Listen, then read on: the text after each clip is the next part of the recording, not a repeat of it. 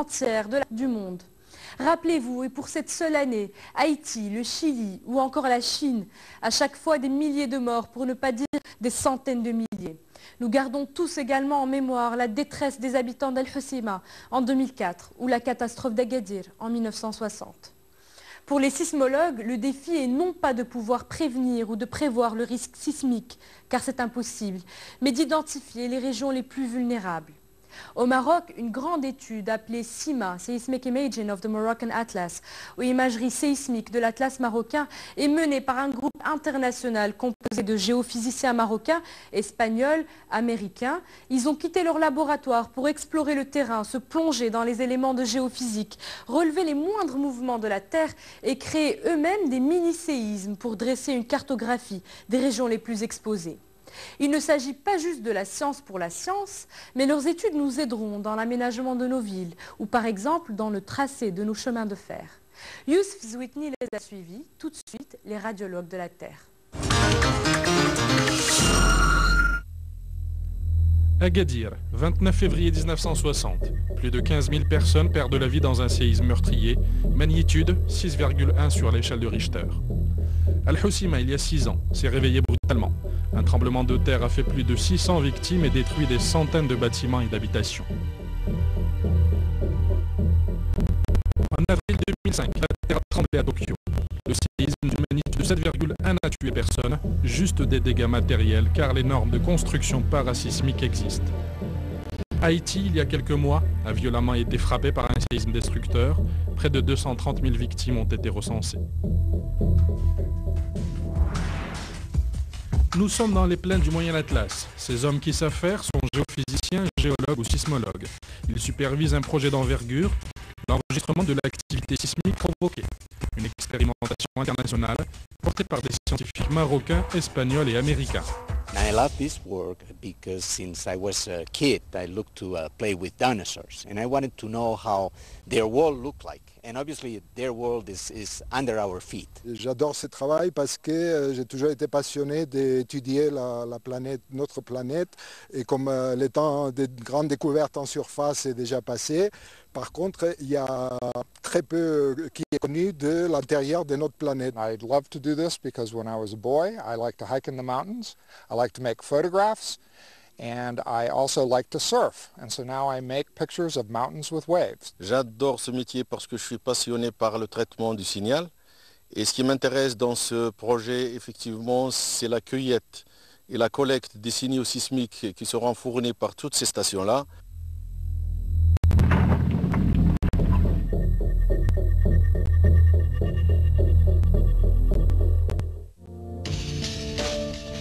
Nous sommes sur la route entre Meknès et Boufkran, une localité connue pour la qualité de son eau et de ses vastes plaines. C'est dans l'une d'elles que la première explosion provoquée dans le sous-sol géologique sera effectuée. La nature de l'opération, réalisée à l'aide d'explosifs utilisés dans le génie civil, exige la présence des autorités compétentes. Elles se sont toutes invitées sur le site pour suivre de près le déroulé des opérations. Là, nous avons mis une charge de dynamite légèrement inférieure à une tonne, donc pour provoquer une petite secousse qui va être enregistrée tout le long du parcours sur toutes les stations que nous avons déjà placées depuis le nord vers le sud. Et là, je vous montre, si vous voulez, un échantillon de stations que nous avons donc placé. Voilà. Ça, c'est le géophone, celui-là, qui est relié donc par un câble à une station d'enregistrement. Alors, nous avons à peu près 1 millier de stations placées actuellement depuis le nord du Maroc, depuis Tanger jusqu'au sud d'El Rachidia. Au total, 6 tirs souterrains sont programmés du nord au sud du royaume. 960 stations sismiques enterrées tout au long de cet itinéraire enregistreront les signaux émis par les déflagrations dans les régions de Boufkran, Timhdit, Zaïda, Riche, Rachidia et Merzouga. Spécialisée depuis des dizaines d'années dans la production et le maniement d'explosifs, une société de Casablanca est chargée des opérations. Les agents doivent synchroniser le tir avec le début des enregistrements, pilotés à la minute près par les géophysiciens. Comment on fait surtout pas tirer maintenant, parce que les stations ne marchent pas. Il faut attendre 5 heures. Plus que quelques minutes avant le compte à rebours, il faut s'éloigner. On est quand même très excités parce que ça fait longtemps qu'on a attendu ça. Ça a été très long d'organiser tout ça. Donc maintenant, on souhaite vraiment que tout marche bien. On est sûr que ça va bien marcher. La station que vous voyez ici, c'est la station qui va prendre le temps zéro. C'est-à-dire, quand la détonation aura lieu, ça servira de station de référence. Accrochés à leur portable, les sismologues coordonnent avec d'autres équipes sur le terrain le moment précis de la détonation. 4, 3, 2, 1, shot. Ça marchait, oui, ça marchait. Vous avez bien vu, vous avez senti un peu. Donc c'est vraiment un tir qui devait être enregistré jusqu'à quelques centaines de kilomètres de distance et qui va nous donner des renseignements sur les profondeurs des croûtes, donc vers les 40-50 km de profondeur. Vous avez senti une petite secousse et c'est cette secousse-là qui va être enregistrée dans l'ensemble des stations que nous avons déposées tout au long du profil. Right now I'm very excited because I think it's the starting of one of my biggest experiments. Right now they're receiving the signal in Marzuga and probably in Tangier. Visiblement satisfaits par ce premier tir, les scientifiques se rendent sur le lieu de la déflagration, effectuée à plus de 60 mètres de profondeur. Nous quittons les plaines du Moyen Atlas pour la capitale, Rabat. C'est ici que se trouve l'Institut scientifique du Royaume. Créé en 1920 sous le protectorat, l'institution est chargée de recueillir et de collecter toutes les données scientifiques relatives au Maroc. Doté d'un laboratoire de géophysique, mais aussi d'un mini-musée d'histoire naturelle, l'espace reçoit régulièrement des visiteurs curieux de découvrir les trésors de la faune et de la flore marocaine. Associé au projet sismologique, l'Institut scientifique est certain que les résultats de cette nouvelle étude de terrain réactualiseront les données et définiront de nouvelles applications concrètes. Cela nous permettra de connaître où se trouvent les discontinuités, où se trouvent les limites de plaques, notamment la plaque Afrique et la plaque européenne, sachant que tout le monde sait qu'actuellement, la plaque africaine et la plaque européenne sont en train de se rapprocher. La vitesse étant de 0,5 à 1 cm par an, c'est important. Il faut savoir dans quel sens la plaque se déplace et quel effet ça fait en termes de mouvement. Ceci est très important pour nous, géologues et géophysiciens, parce que cela nous permettra de déterminer au Maroc quelles sont les différentes zones sismiques et cela aura également un impact très important sur la mise à jour du code de construction parasismique. Un code qui existe depuis 2002, mais dont l'application laisse toujours à désirer, et les recommandations de l'Institut ne s'arrêtent pas là. L'Institut scientifique, elle contribue à l'étude du tracé du TGV Casablanca-Tanger, notamment en ce qui concerne les œuvres d'art, donc les ponts et tunnels éventuellement. La même chose pour la liaison du Détroit. Vous savez que c'est justement à cet endroit-là que se fait le rapprochement entre l'Afrique et l'Europe. Donc il y a un rapprochement. Et si on doit opter pour un tunnel, il faut tenir compte de ce rapprochement. Si on doit opter pour un pont, il faut également tenir compte de cette option-là. Et dans tous les cas, il faut savoir où se trouvent les discontinuités et les gérer. Discontinuités, failles et autres zones de subduction sont les endroits de faiblesse potentielle de la croûte terrestre, là où se produisent en général les tremblements de terre.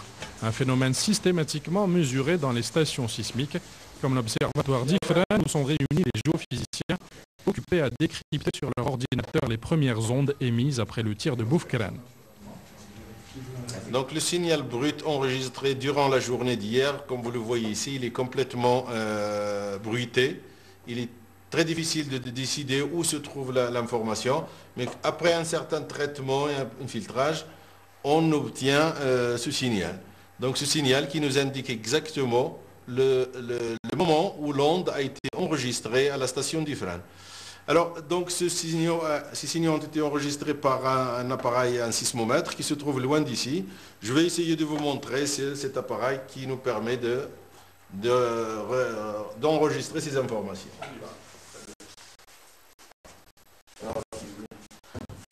bien avec vous.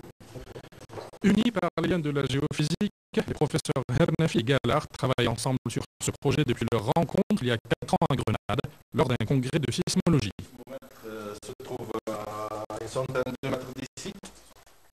Ce lieu a été choisi à l'extérieur de la ville d'Ifrane à l'époque. C'était le seul bâtiment à cet endroit-là pour ce genre d'activité.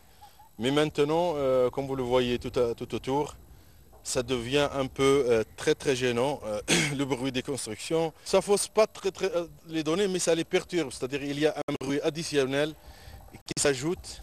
Et des fois, si le signal est faible, il devient illisible. Par exemple, chez nous à Barcelone, on a un sismomètre dans notre institut, se trouve à quelques centaines de mètres du stade de Barcelone. Et donc là, on enregistre très bien les éclats des joie. Et quand il y a un but qui se marque dans le stade, on est capable d'enregistrer les sauts des gens. Donc vraiment, c'est très sensible. Ultra sensible, l'appareil se trouve dans un abri en béton armé à plusieurs mètres sous le niveau du sol. Un véritable bunker de 2 mètres carrés protège le sismomètre. Le sismomètre, il est bien caché, vous voyez, par plein de choses pour éviter les changements de température brusques. Donc la partie la plus importante pour la sismologie, si vous voulez, c'est le sismomètre. C'est lui qui nous fournit le signal qui représente la vibration du sol. Donc ce signal, comme il est analogique, donc il est converti en un signal numérique par un digitaliseur et envoyé dans l'autre bâtiment pour l'enregistrement. C'est l'heure pour les scientifiques de quitter l'observatoire. Direction le deuxième site de tir, situé à quelques dizaines de kilomètres de là, à Timhadeit, en plein moyen Atlas. Sur le chemin, les géophysiciens s'accordent quelques minutes pour collecter des souvenirs. L'objet de leur intérêt, les singes magots.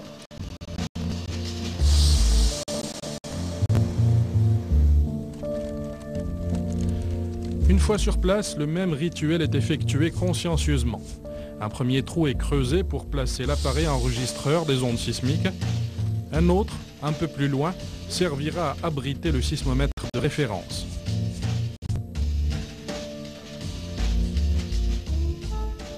C'est un sismographe qui nous permet d'enregistrer le signal sismique après l'explosion. Alors on déploie de cette façon.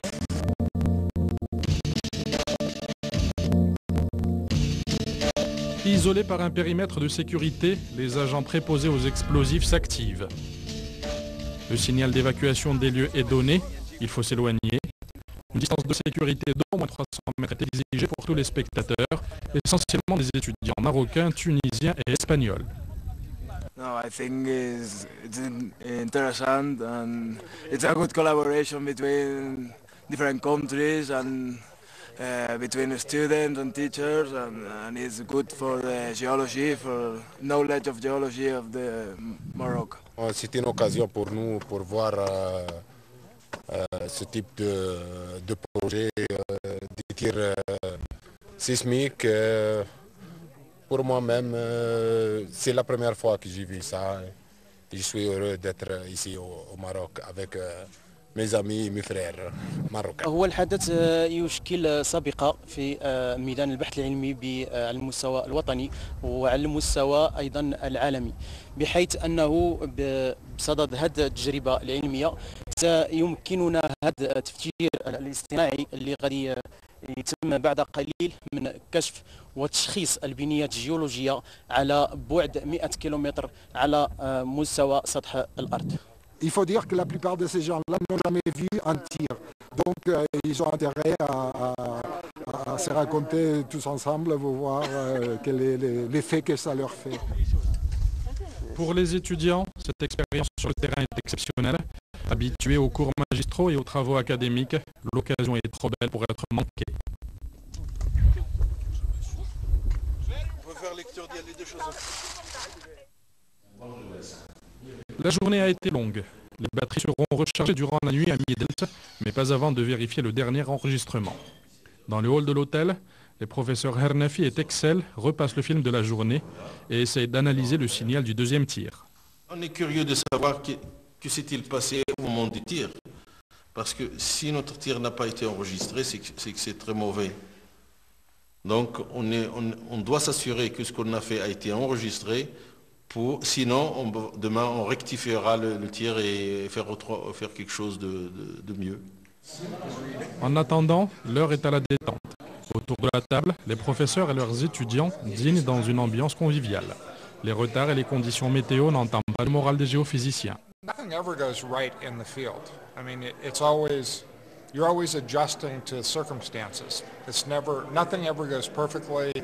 Things always go wrong and you do the best you can. So that's what we're doing. De temps en temps, il faut rigoler un peu, il faut déstresser, il faut jouer comme des enfants des fois, parce que si on maintient une pression très forte, on risque de perdre le bout du fil. How do I distress? Basically just tag in. Well, obviously it's just having a few minutes, having a soft conversation with the colleagues here and talking about soccer. Well, for example, Barcelona. I'm a big fan of Barcelona, so I think it's a nice way to relax after a long waiting day. Let's put it that way. Le périple continue et l'équipe de sismologues nous entraîne encore plus au sud du Maroc. Nous sommes dans la région de Zaïda, dans les confins du Moyen Atlas. Ici, l'herbe se fait rare et les bergers menant leurs troupeaux ne font que traverser la montagne. Escortés par les autorités locales, les scientifiques scrutent l'horizon, guettant l'arrivée du camion chargé d'explosifs. Il faut attendre la signature de certains permis, il y a des autorisations, il y a des autorités à avertir, à mettre au courant, donc on suit la procédure normale. Et pendant ce temps, le docteur Driss Louahi parcourt ses données géophysiques. Fort d'une solide expérience en activité sismique étudiée au Japon, il prend le risque d'une comparaison avec le Maroc. Le Japon est situé dans une zone exceptionnelle où se rencontrent 4 plaques, la plaque eurasiatique, philippine et pacifique, et aussi la plaque américaine. Les zones de subduction sont caractérisées par une activité très intense de volcans et de séismes, c'est-à-dire de tremblements de terre. Mais pour nous, au Maroc, il n'y a pas une activité sismique comme le Japon, c'est évident, parce que à l'exception des activités sismiques qu'on a dans le nord du Maroc, c'est pour cela d'ailleurs le tremblement de terre qu'on a vécu à Al-Husayma en 2004, c'était parce que la plaque africaine et la plaque européenne ou bien eurasique, alors se trouvent toujours au rapprochement, c'est-à-dire une activité. À 17h30, le camion apparaît enfin sur les pistes escarpées. Prévu à 13h, le tir aura lieu à 18h seulement. Prenant leur mal en patience, les spécialistes des entrailles de la Terre auront droit à une bonne consolation, la qualité du tir. 2, 1, 0.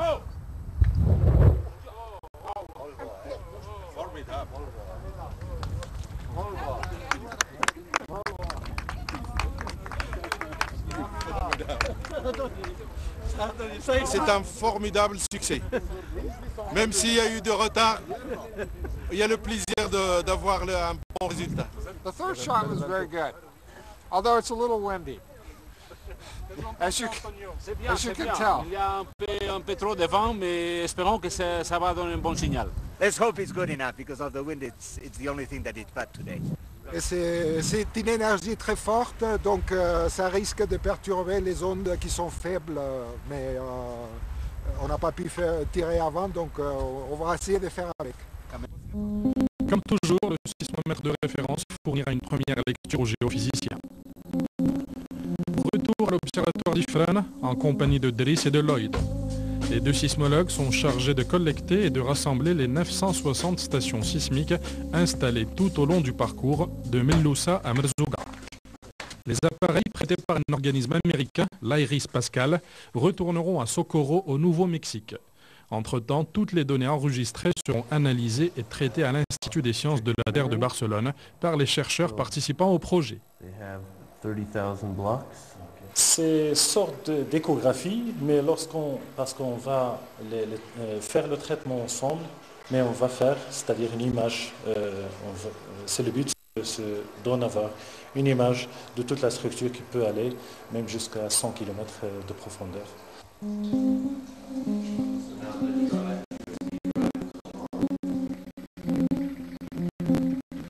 Nous sommes à une dizaine de kilomètres de Barachid, à l'observatoire scientifique Averroès. À l'instar de celui d'Ifrane, c'est un lieu chargé d'histoire et très prisé par les étudiants et doctorants en géophysique. Alors pour commencer, je vais essayer de vous expliquer une expérience toute fraîche. Nous retrouvons le professeur Hernafi pour une visite guidée et pour une explication du projet international mené sur le terrain. Les étudiants de la faculté Chouaib et de Khalid Al-Jadida sont sous le charme. Si j'ai choisi la filière STU tout d'abord, c'est parce que mon pays exploite le pétrole et la géophysique fait partie des méthodes qu'on applique au niveau de mon pays. La prospection pétrolière est vraiment basée dans notre pays. Vous savez, généralement, les pays africains sont très riches en matière de ressources minières. Et particulièrement, on a beaucoup de sortes de ressources minières telles que le pétrole ou bien la bauxite, pour d'autres pays le fer. La leçon se poursuit à une douzaine de mètres plus bas pour montrer aux étudiants l'ancêtre du sismomètre, utilisé dans les années 1930. Dans une salle à côté, le nouvel appareil, un véritable concentré de technologie. Attentif aux explications, une question taraude pourtant les étudiants. Est-il possible de prévenir un tremblement de terre? Non. Je suis catégorique. On peut connaître, si vous voulez, les zones qui peuvent être potentiellement soumises à un tremblement de terre, mais on ne dira jamais quand et quelle sera l'intensité. La réponse est claire. Les géophysiciens ne sont pas encore extra-lucides, mais leurs travaux trouvent des applications au quotidien. Au-delà du rêve de comprendre la création, celle des chiens de montagne et de la croûte terrestre, il y a les faits démontrés et prouvés par les sciences de la Terre. C'est la vocation de Ramon, Joseph, Alan et Mimoun. Heureux qui, comme ces géophysiciens, ont fait un long voyage et vécu une belle aventure qui n'a pas encore révélé tous ses secrets.